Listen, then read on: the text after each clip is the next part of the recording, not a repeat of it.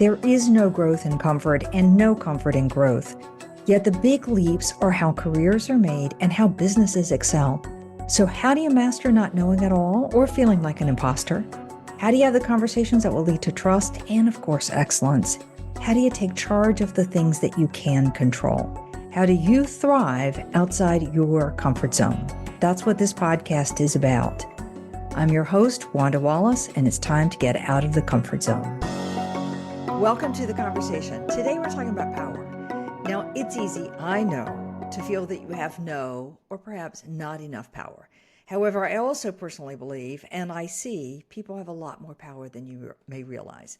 So what we're going to talk about today is how do you tap into your own sense of power, and to give you some strategies for helping you make all the difference that counts, that in both in your actions and in your team and in the performance of your group.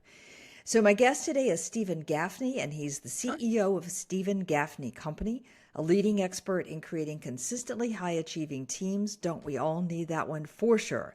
30 years experience working with top leaders and executive teams from Fortune 500 companies, a bunch of associations, government agencies, and is an authority on issues from team achievement and thriving cultures to leading change, daily innovation. His website, if you want to know more, is Stephen, Steven, Gaffney, Gaffney.com.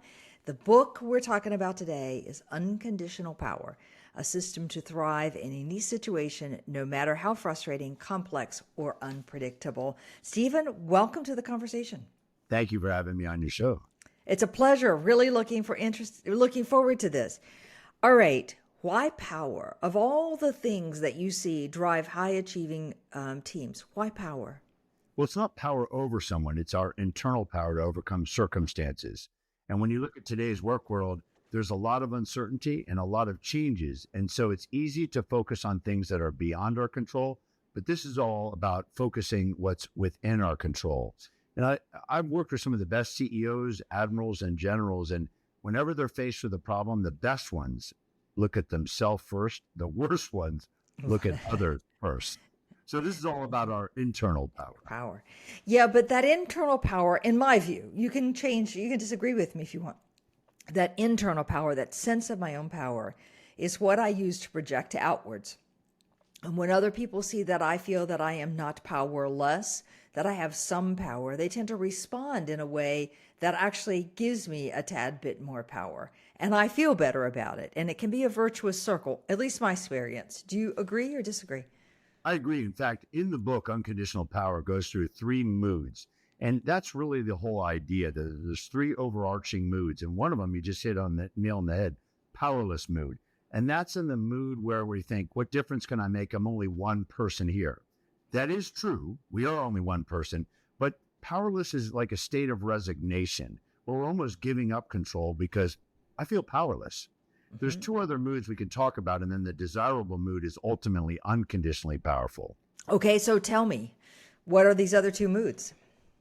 Well, the second one is where the bulk of the workforce is. In fact, we did a national study on teams. We found that the bulk of people tend to rely in this one area, and that's conditionally powerful. And that's the state where we do recognize we have power over the situation, but we often will cite it's conditional on other things. For example, somebody might say, well, I can get that done as long as this other team works accordingly. I can get that done as long as we have more money, as long as we have more resources, as long as I have a better boss, as long as I have better talent around me. There's always a condition to that power, but the desirable mood and where things happen is when we're unconditionally powerful. And unconditionally powerful means we recognize there's conditions, but we spend 100% of our control and focus on what we're going to do about the situation. Hence, there's conditions, but we recognize that we are unconditionally powerful. That's that state of making things happen. All right, so powerless, there's nothing I can do. It's not my fault. It's somebody else's fault. Wait until the world changes. Then I can figure it out. Conditionally powerful, which is where most people sit, which is I can make something happen so long as somebody else does something. You said rightly, the other team delivers. I have a different boss. You give me a different priority list. You take something off my plate, whatever the condition is. And then the final one is unconditional power, which is I believe I can take an action. Yeah, Fair? and here's the reality. The only person we ever can control is ourselves. But we fail to sometimes recognize how powerful we are, and we give up our power by focusing on other things. And somebody said to me years ago, happiness is an inside job. And even our state of our attitude is really about not outside, but it's internally. And see, if we think we don't have much power, then we'll easily cite excuses and we give up our power. So again, this is not over someone else. It's about making things happen. And when you really look at history, history is filled with people who made things happen. Gandhi, Martin Luther King, history goes on, but we see everyday people making big moves in their life. And even you can look at the state of someone's marriage. I mean, how often does somebody say, well, I can do I would have a better marriage as long as the other person cooperates, or they're making me miserable. And I always laugh. I got to tell you this, Wanda, when somebody goes, they're making me miserable. What are they, creeping inside our body and moving our lips? Nobody makes us feel a certain way. They do what they do, and we feel a certain way. There are other people that could be in the exact same circumstance and say, look, I'm not going to allow that person to infect my mood, and I'm going to focus what I'm going to do about it. And we can talk about specifically what people can do, so it's not so out there, but it is about making things happen. Okay, yeah, I want to get to the strategies, but I want to make sure we all understand what you mean by these three moods or three states of being. So powerless, conditionally powerful, and unconditionally powerful. All right, I'm going to give you a case scenario, Steve, and then I want you to tell me what a powerless response would be, what a conditionally powerful response would be, and what an unconditionally powerful response would be. So let's imagine that I have a project. I'm part of a project team. And in the context of this project team, there are a variety of people that I am depending on to get something done in order to complete the project. Maybe even I'm leading the project. And those people are difficult for me to deal with. Let's say one person in particular. I don't enjoy them. I don't feel that they're telling me the truth. I will tell my friends and family that they're lying and I can't trust them. They don't deliver the quality of work that I'm looking for. And if I don't get that quality of work, my boss is going to be breathing down my neck saying, Wanda, what are you doing and why are you doing it? Get on top of that. You got to make this happen. Okay? But I'm now dependent on somebody I don't control. They don't report to me. Not that I ever controlled them anyway, but they don't report to me. I can't all right. So what's the powerless response? Well, the powerless mood and response is, what difference can I make? My boss is saying this, the person's lying, they're not cooperating, they're not telling the truth. I mean, I'm only one person here. I can't make somebody tell me the truth. Fair enough. A powerless way of viewing it. All right. A conditional power response. Conditional powerful would be, well, if I can get them to tell me the truth, and if they do improve, and if they step up, I can get the job done. But if they don't, I can only do so much. So I'll send them an email.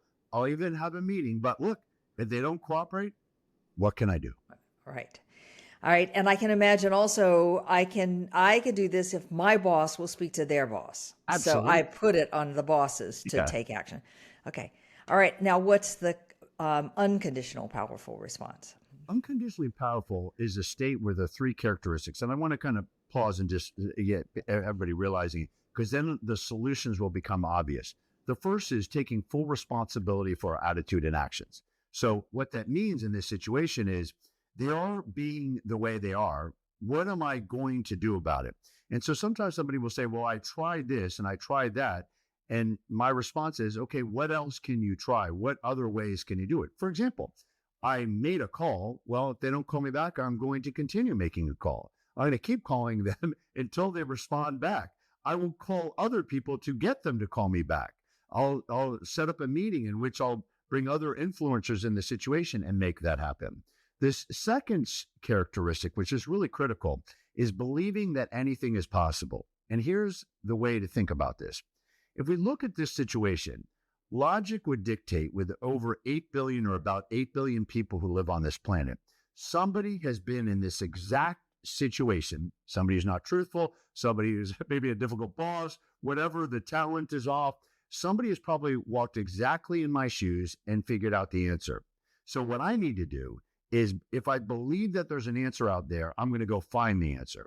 And I don't know about you, but when I was growing up, we had to rely on the library and Dewey Decimal System and all this stuff. But now people at their computer can Google it, and now ChatGPT it. There are books, there's videos. If I know somebody out there has walked exactly in our shoes and figured out the solution, now I won't use it as an excuse. I'm not going to be conditionally powerful. I'm going to say, somebody out there has made this happen. I'm going to go find this out. And then they learn that there's strategies about how to get people to tell the truth. Now, why do I know this? Is because one of our specialty is about how to get the unsaid said. In fact, we have found out that the biggest problem isn't what people say, but how do you get them to unearth the real truth? And we can go through strategies around that. And the third characteristic is taking action, because unconditionally powerful people recognize they take responsibility. They believe that there's always got to be solutions out there, and they take action. And this sounds so simple, but have you ever met somebody who talks a big game? I know it's my responsibility, and I know there are people out there that have solved it, and then they keep talking about it, but they never take action. You got to do something, right?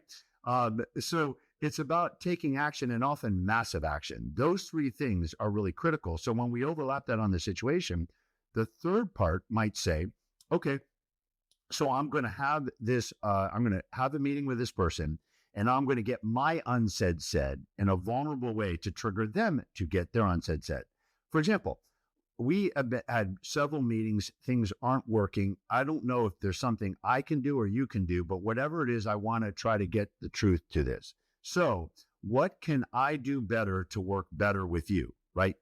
Most people walk in that situation and say, I got to get them to come to my side. Why not begin with saying, look, what can I do better to better work with you?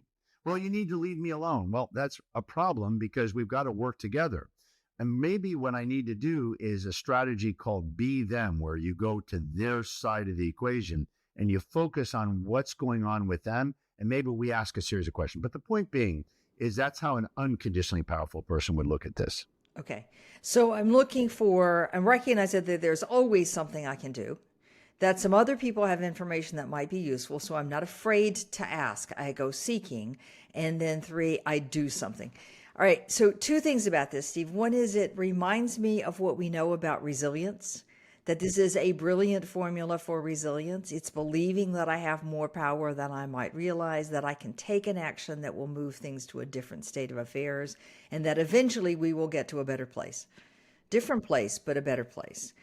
I just completely simplified a lot of work on resilience, but I think those are the essence of resilience.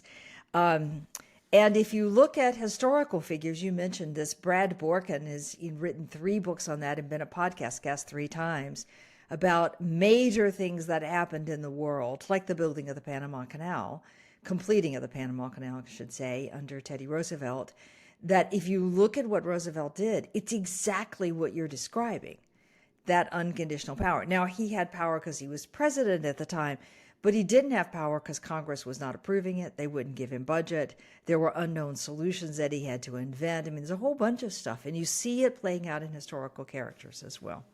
Yeah, what's interesting also, can I comment on this? Yes, please. Sometimes somebody will look at history, but they also look at other people who are successful, and they rationalize why they were successful and we are not successful. That person is not. And I've come to believe the reason why people will rationalize that is because it's an excuse. I'm off the hook. Well, he was president, or that person has more money, or they came from a better family, or they were better educated, or their boss, the boss really plays favorites with that person. Whatever it is, my rationale is I'm developing excuses that could be legitimate, but quite often is not.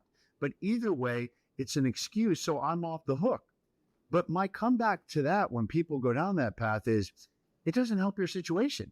So even though in the moment you can rationalize and maybe you feel better because you're trying to create that difference, in the end, you're still faced with that problem. It's miserable.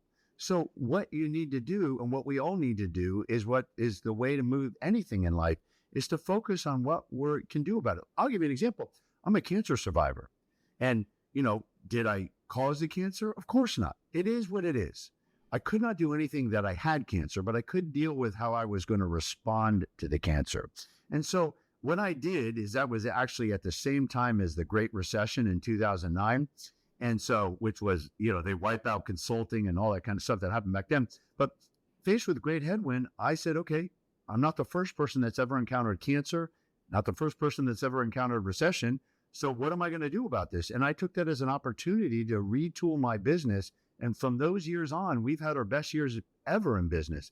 It's not that I'm that smart at all. It's more that I just recognize I can't control things that are obviously beyond me. So why focus any energy? But I'm 100% responsible for how I'm going to respond to this.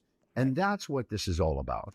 And for the help I'm going to seek, and for how unrelenting I'm going to be about seeking that help, and for willingness to take an action, and so on. Mike Rubin, who's a well-known entrepreneur, says, sometimes you have to be willing to go in the side door. I think it's the same idea.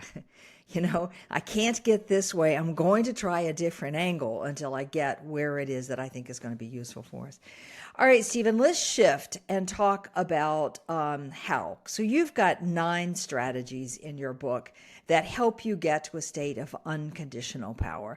I want to talk about 3 of them, and I want to take them sort of one by one and have you unpack what it is, give me an example of what it looks like, tell me how I can go about doing it. And the first one I want to pick on is make the unaware aware. Why, and what does that look like?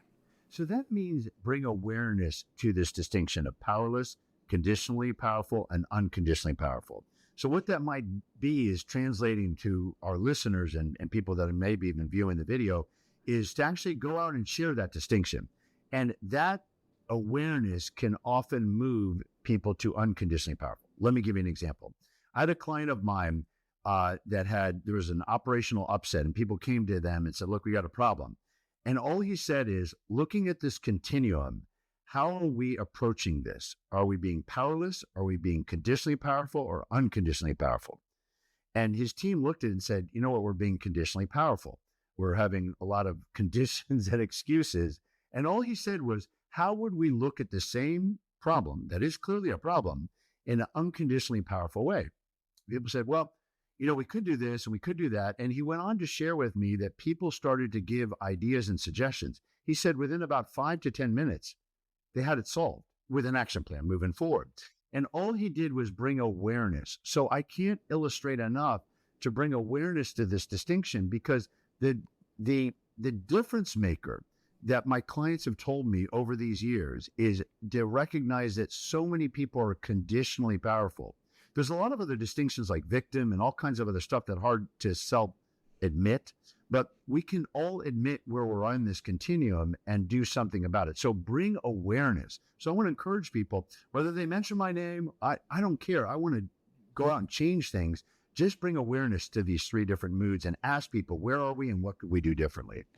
I'm reminded of a conversation I had today with a coaching client who is into the weeds and details. And those of you who are my coaching clients know that there's a lot of you who fit in that category, and are into the weeds and details because it's about controlling the quality. And because somebody in your team, you gave a lot of freedom to, they didn't quite deliver what you wanted. Your boss calls you up and says, you can't let that happen again, Wanda. That's not going to be good. It doesn't look good on you. It doesn't look good on us, yada, yada, yada, yada. Okay. So now I'm all in their business, perhaps in a justified way. But that is that's a conditionally powerful stance, which says, I can't pull out of the weeds unless this person ups their quality game. Okay. But to look at that from a unconditional powerful point of view, even in this make aware, you could actually have that conversation with the individual who isn't delivering quality and say, what would it take for me to be to give you or whatever. I don't know what the wording is there. Yeah. Stephen, you can fill it in for me. Well, what would it take so you feel unconditionally powerful? But the key thing is to first have them self-select where they feel. Right. Because chances are they're going to be conditionally powerful. That's actually how it sounds. Well, and they might say, well, Wanda, what do you want me to do? I mean, it is a reflection of these other people. I'm only so much in control, and then teach them unconditionally powerful. Unconditionally powerful recognizes those are legitimate conditions. I'm not saying they don't exist, But given that you're the only person you can control, what are you going to do about the situation? I'm reminded of the situation I did with with the U.S. Navy. And so I was working with this team, and they were complaining about the top leadership of this one area. And I said to the team, I said, given that you're the only person that you can control, what are you going to do about this? And that deals with the second strategy that we're going to talk about, intentional disruption. But essentially what I did is I disrupted the negativity and redirected it and said a factual statement. Given that you're the only person you can control, what are you going to do about it? Well, I asked that about 2, maybe 3 times, but by asking that repeatedly, the team started to redirect, and they said, you know what, you're right. I mean, we could communicate better. We could share better ideas. We could sit there and not commiserate with each other and complain. We could take some action. So they started shifting it. So it's a combination of awareness and intentional disruption. But the point is that there's a lot of value in just getting people to self-aware. Right. I can imagine in my client's case, sitting there and saying, yes, I have to make sure that this is higher quality, but what can I do about it? There's one response, which is I largely do it myself. There's another response that says, okay, where's the feedback? Or well, how can I get that person to feel that they have more power on this continuum? How do I have that conversation? And you can imagine the person who's reporting to my client might say, oh yeah, I could run this report by 3 other people on the team. I could talk about the structure of the report I'm going to write before I write it. There's a whole bunch of actions that could be taken that would elevate it without me or my client getting into the details. Can I add one thing in here? Because I think, and sometimes the value of asking the question why, getting to the root cause, very often it's not what we think. So for example, ask them, Luke, I noticed this is happening. What's going on? Why? And maybe there's something we've done that makes them feel disempowered. Well, I have tried to take action, and then you rewrite everything I do. Or I did, and then I and somebody came down hard on me and you didn't have my back. Well, whatever the case may be, that may be true, that may not be true. But so often when somebody calls me for advice, I start asking a series of questions, and I'll say, do you know why they're doing that? And Wanda, I can't tell you how many times somebody has said, I don't know why. Or they'll say, I think it's this, this, and this. I say, so I'm not beating you up here, but you don't know why. Why doesn't the first step go ask them, what's going on? In maybe a compassionate or at least understanding way. Right.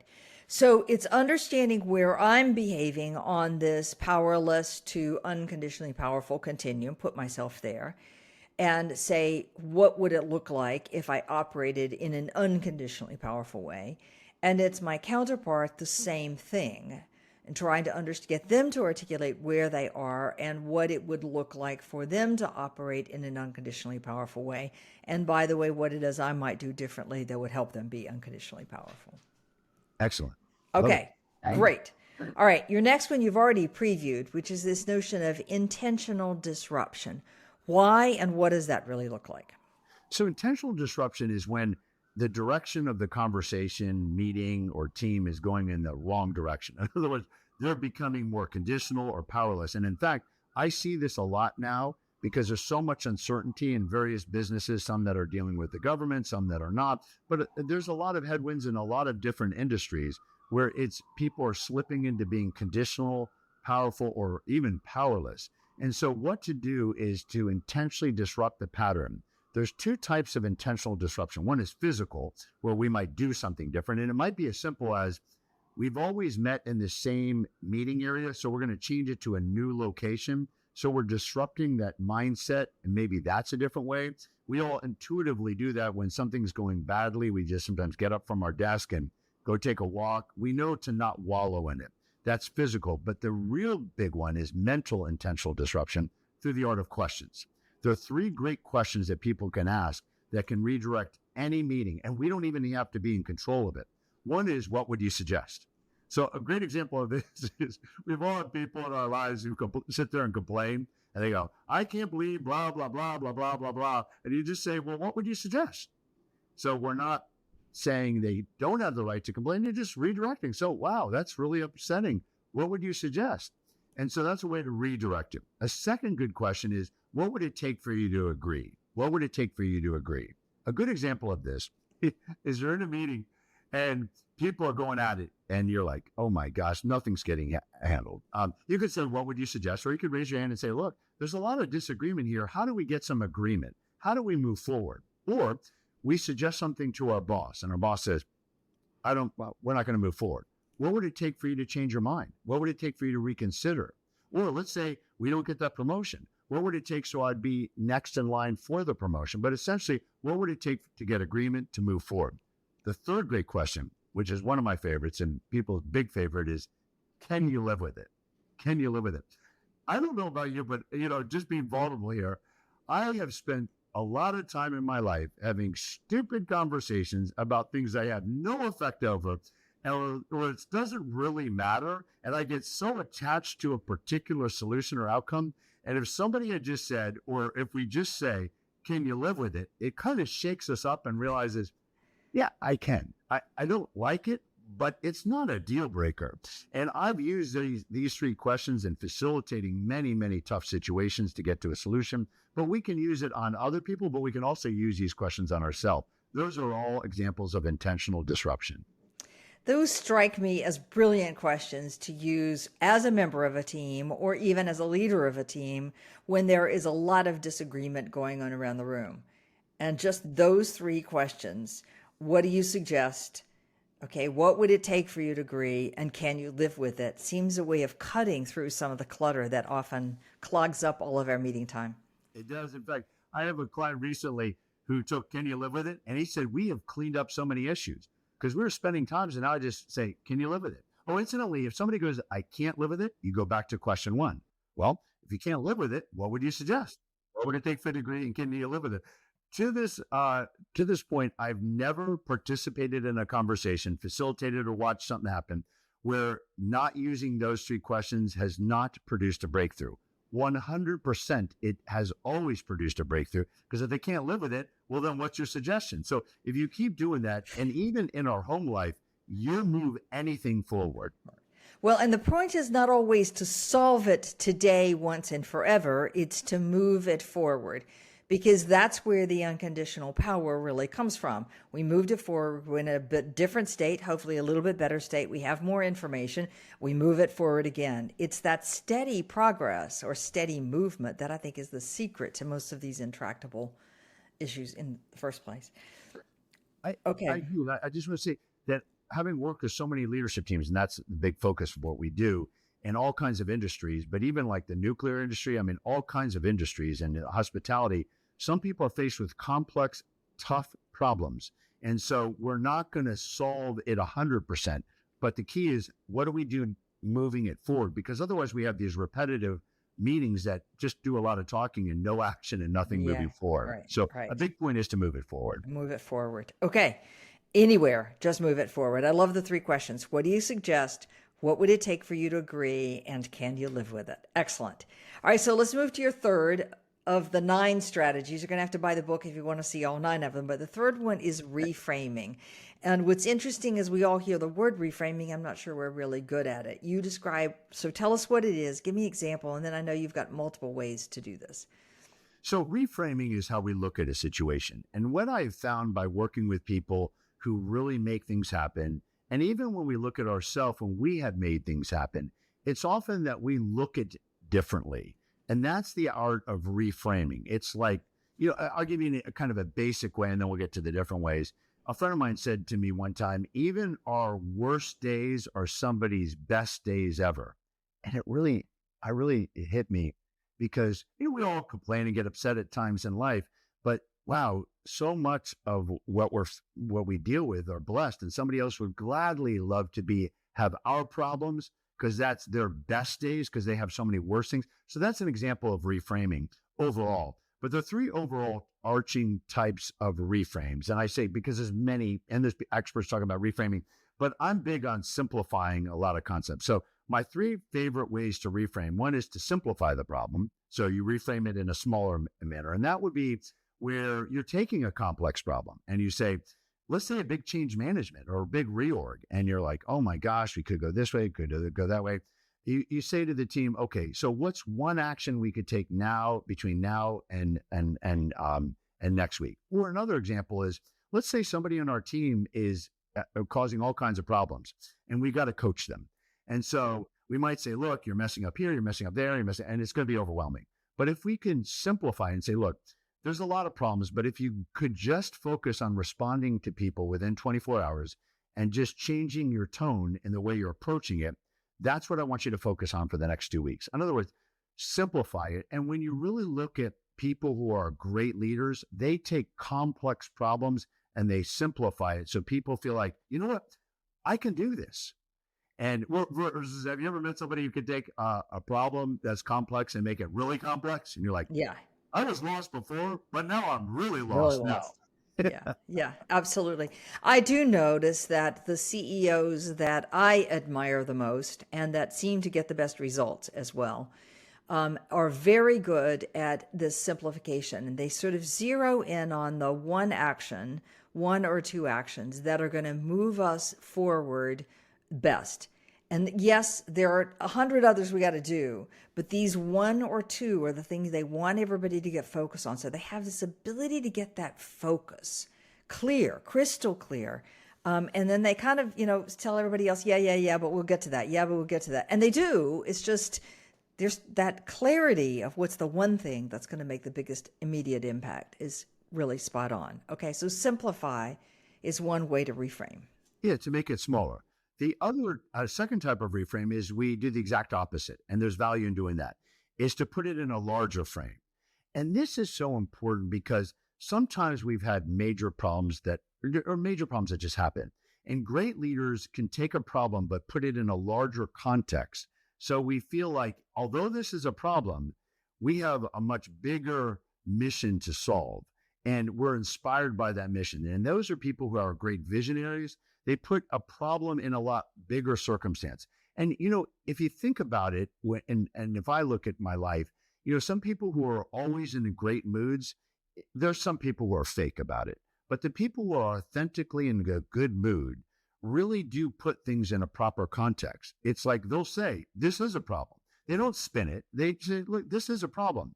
But let's put this in a larger context. You and we've worked through tougher situations. So an example of this is I will work with the leadership team and I'll ask them this question. What are 3 pivot points that have happened in your life, challenges, and how have you overcome them and how has it impacted your life? And people share it and great stuff happens. But I'll use that as example later on. I'll say, look, so now you're faced with this growth issue or whatever we need to do with a customer or growing revenue. You've gone through a lot tougher situations that you shared earlier today. So this is nothing. So you're putting it in a larger context, and that's really important. So people get out of the upset of an immediate situation and put it in a larger situation. That's where we look at how blessed we are, how many good things have happened, or the good parts of our team. So a larger context to empower people to move forward. Right. Well, and sometimes that larger context helps you realize that the problem isn't that big.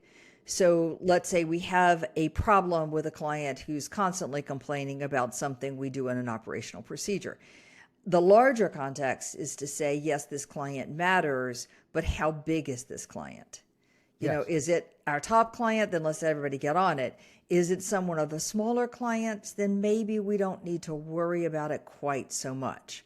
So that even just a simplified context like that can help you say, how big is this problem? How much of my energy does it deserve? And I love what you're saying because that's almost a combination of reducing it and enlarging it, which people will share this. So this is not like, I got to use this tool and not that tool. Sometimes it's an and these are just all tools so that we move ourselves and the team forward and the organization forward to an unconditionally powerful state. So sometimes we do this as a combination. Okay, so I've got simplify, which is to make it smaller. I've got to put it in a larger frame or context so we get perspective on how this fits or what else we've done. What's your third way of reframing? So the third way is we change the frame entirely. We create a whole new, brand new frame that empowers people to move forward.